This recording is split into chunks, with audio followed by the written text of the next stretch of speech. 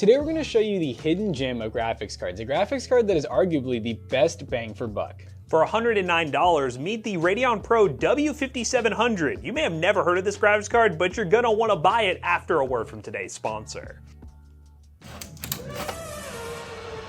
Dude, what? Dude, we're too late. What do you mean to? Oh, shit. Well guys, we were not the first to give away a toaster gaming PC, so of course we got a shill for Signal RGB because they're going to be actually giving away that beautiful piece of art. That's right guys, you know Signal RGB, the program that you can use to control all your RGB devices on your gaming PC, is giving away this awesome toaster PC. Signal RGB is a go-to for us and many others when it comes to controlling RGB software from all kinds of brands. They really knocked it out of the park with this build. From the push-down power button to the integrated Stream Deck linked to Signal RGB software, this is nice. So to enter for a chance to win this beautiful Toasty Bros approved toaster PC, check the link down below and download Signal RGB today for your gaming PC. Thanks to Signal RGB for sponsoring today's video. Now, let's get back to it, shall we? So you're probably looking at this card thinking, wow, this card looks foreign. I've never seen one like this, and we really haven't seen a whole lot of cards like this either. But what's interesting about this workstation card is you'll notice it has 5700 in the name, and that is because this is basically an RX 5700. But it is designed for workstation, so it is kind of a little bit weird in the display section, which we'll talk about in a minute. And of course, it really only comes in a blower style configuration. Once again, we paid $109 for this graphics card, so if you guys want to see the most up-to-date availability and pricing, use the link down below. I will say the seller we bought this from had over 100 of them, and still does at the time of recording this video on August 20th, so potentially, if you guys are quick, you could take advantage of this deal by using the link down below. But hopefully this is kind of a trend. Maybe these are flooding the market and you pick these up for around the same price, and you'll see the performance is really solid. But let's talk about the key specs of this graphics card you should know, and then we'll talk about the test bench we will be testing it with. Now the card we got here is a new open box model, so it's in really good condition. This GPU is based on the Navi 10 GPU, released on November 19th of 2019 at a launch price of $799. It is a PCI 4.0x16 card with 8 GB of GDDR6 VRAM and a TDP of 205 watts. And compared to the card that this is, well, compared to the RX 5700, that card launched at $349. So we're looking at a very well-built workstation level GPU that requires an 8-pin and a 6-pin for power, and the video out is, well, a lot of video outs. We have a bunch of mini display ports. To be specific, we have 1, 2, 3, 4, 5 of them with a USB-C. So you have up to 6 video outs with this thing if you want to. You can buy these adapters on Amazon for about $8 or $9. So I guess that adds to the cost of the graphics card a little bit. But even then, if we're talking about $115 to $120 for this GPU, it definitely outperforms that price point. Let's talk about the test bench we're going to be testing this GPU in, and then we'll dive into some testing to show you guys why we think this is the best GPU, just a little over $100. So our test bench here is actually an open air test bench with a Ryzen 5 9600X 6-core 12-thread, 32 gigs of DDR5 RAM and dual channel, a full-size ASRock Steel Legend B850 motherboard. We have an MSI Mag A850GL and a nice tower cooler on top of our 9600X. This is kind of like our more realistic test bench, and honestly for a card like this, a lot of you guys are probably going to go with like 5000 series or older Intel, but we think that this is about as realistic as we're going to get for consistent testing, and we're not going to have any bottlenecks either for this GPU. So now we talk about our test bench, let's get into some gaming and see what this GPU is capable of. Is it actually as good as an RX 5700? Spoiler, it is. But we're going to go to the benchmarks to show you guys what it's capable of, and maybe you'll decide you want to pick one up today. Alright guys, now that I've spent a couple hours with the Radeon Pro W5700, let's talk about the games we tested, the results I got, and how this is a really awesome GPU for $109. Sorry for the spoiler. The games we tested are as follows. We got Marvel Rivals, Spider-Man 2, Cyberpunk, Oblivion Remastered, Clair Obscur Expedition 33, Doom the Dark Ages, Fortnite, and a 3D Mark GPU score. Let's start at Marvel Rivals, 1080p medium settings with no upscaling. We start to see some of the limitations of this GPU in a game that has built-in ray tracing, only getting an average of 59 FPS with 1% low of 25. If I did drop the settings all the way down to low, I imagine the FPS would be much higher, but this is going to be a continued theme with any of the brand new titles you do see with the W5700. There is no ray tracing encoder at all on this GPU, therefore games with forced ray tracing are going to absolutely struggle, and that's sadly the case for a bunch of GPUs from this generation. But if you are somebody spending $109 on a GPU, and you guys have even told me this in the comments down below, you're probably not buying the latest and greatest titles. You're playing your esports titles, you're playing some older games on discount, and you're probably balling on a budget, so you're not going to spend $69 on Doom the Dark Ages to be able to play on this GPU. So realistically, if you're playing more budget-friendly games with a budget-friendly graphics card, you're going to be pretty happy, as you'll see in the other benchmarks. Next up, Spider-Man 2, a demanding game that doesn't require you to have ray tracing enabled. On medium settings with FSR set to balanced, we got 80 to 90 FPS on average with 100 at times.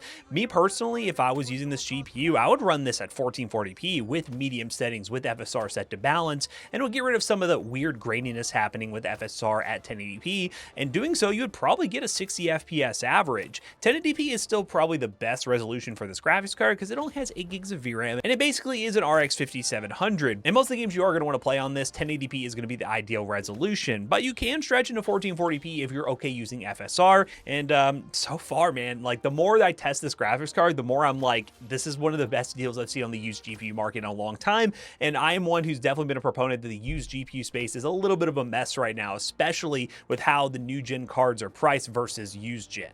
Next up, Cyberpunk, 1080p high settings. We end up with an average of 70 FPS, a minimum of 57, a max of 88. This is running high settings native with no upscaling, and this is getting 60 plus FPS. In these AAA titles, especially with a GPU at this price point, all I'd be looking for is 60 FPS in games that don't require ray tracing. And again, Cyberpunk is one of those that's a bit of an older AAA title, but still quite demanding, and we're getting 70 FPS without any problems on high details. We could drop down to medium if you want to have a smoother experience. Let's say you have a budget 144 Hz or 165 Hz monitor, you can get 90 to 100 FPS and have a very smooth gaming experience with a $109 used GPU right now. Now, a game that does require some level of ray tracing, Oblivion Remastered, 1080p medium settings, we got an average of 60 to 70 FPS, and it was quite smooth. Now, this is a game that would matter what CPU you end up pairing with this GPU. Realistically, I think the best bang for buck and what we will probably go with if we are going to do a really cheap build with this, and if you guys want to see that, stay subscribed and let us know down below what kind of specs you want to see with this PC build and what price point, would be some sort of AM4 level CPU like a Ryzen 5 5500 or 5600, and that would make a really good, maybe like $550 to $600 gaming PC with some pretty solid price to performance. Or if you want something with a bit of an upgrade path, because again, this is no slouch of a GPU, I wouldn't fault you for going AM5 and getting a Ryzen 5 7500F or 7600, and then using this as a budget GPU to get started, and then upgrade to whatever high-end GPU you want in the future. Now, another demanding game is Clair Obscur Expedition 33, 1080p low settings with TSR set to 75%. We got about 60 to 70 FPS with a few dips here and there.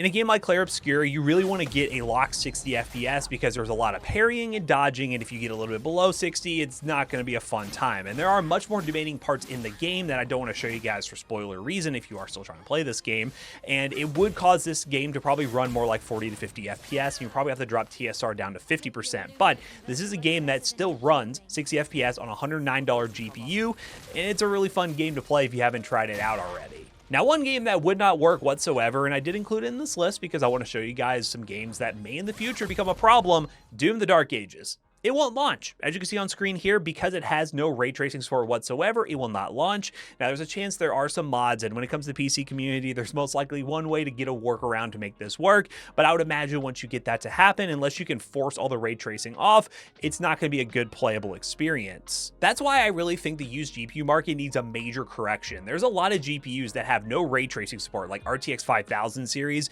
that are still pretty overpriced for what they are because they just can't play these new games anymore.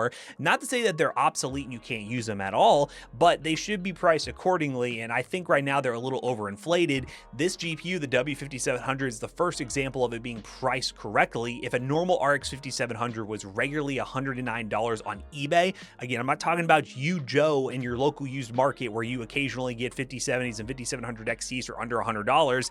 That's not realistic for absolutely everyone, and I know because we look at a bunch of different markets and see your all's comments, but if we see these regularly on eBay for under $100, then they start becoming really good value for money options. But the 5700 on eBay right now go for about 130 bucks on eBay, which I still think is a little too expensive for a GPU of this performance level. Last game we decided to test is Fortnite, 1080p DX12 with far view distance and low textures enabled, and we got 200 plus FPS with 300 at times. Once again, more of a CPU bound game, but I always like to test Fortnite because a lot of people buying budget GPUs are trying to get into games like Fortnite and have a good FPS experience. But this is one of those where you will want to pair pair it with a more respectable CPU like a Ryzen 5 5600, our 9600X is technically a bit overkill for this graphics card, and your FPS results may vary. I'd imagine with like a 5600, you have no problem averaging about 150 to 160 FPS, maybe lower details performance mode, 200, 300 FPS. It's still a very capable CPU, but I like to show you guys, hey, Fortnite can definitely run very well on this graphics card. And lastly, we ran 3D Mark Time Spy and took the GPU score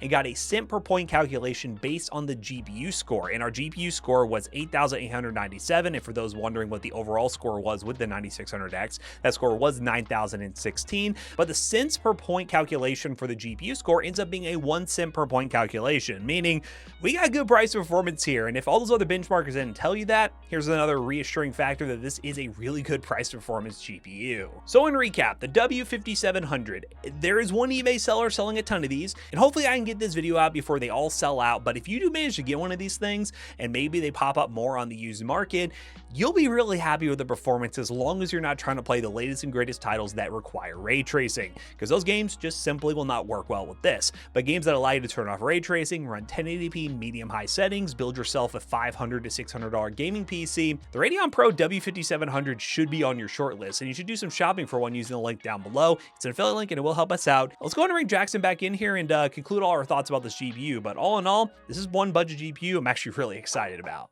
So as you guys saw in testing, this is a pretty darn good GPU. And at the end of the day, the 5700 was a really good card, and it still is. It still has driver support. It's not super old. I mean, we're talking like 2019, and these cards were still coming out and new in 2020, 2021. And honestly, I feel like even this year, I feel like I've still randomly seen 5000 series on like Newegg and stuff like that. So the fact that this is a pretty relevant card still compared to us looking at like, you know, the old like GTX 1080s and stuff, that they're starting to lose driver support, and this thing's probably gonna have some really good longevity.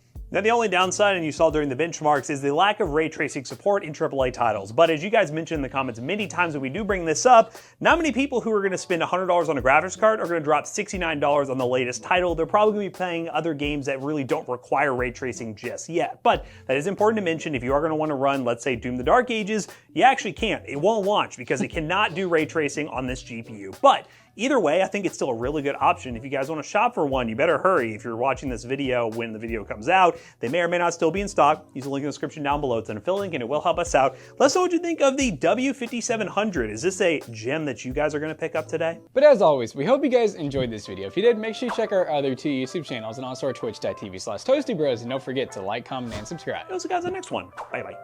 So this graphics card right here will end up at a PC Bros build at some point. We're probably gonna do a really cool like YouTube video where we'll make like a kind of blue themed PC with it, because we do some dope custom builds around here.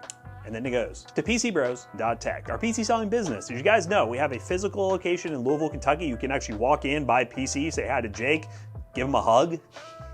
Don't give Jonah on a date? Don't give him a hug without permission, but you can take Jonah on a date whenever you want. And use code ToastyBros on checkout. You will save 3% of your next purchase. See you guys later. Goodbye.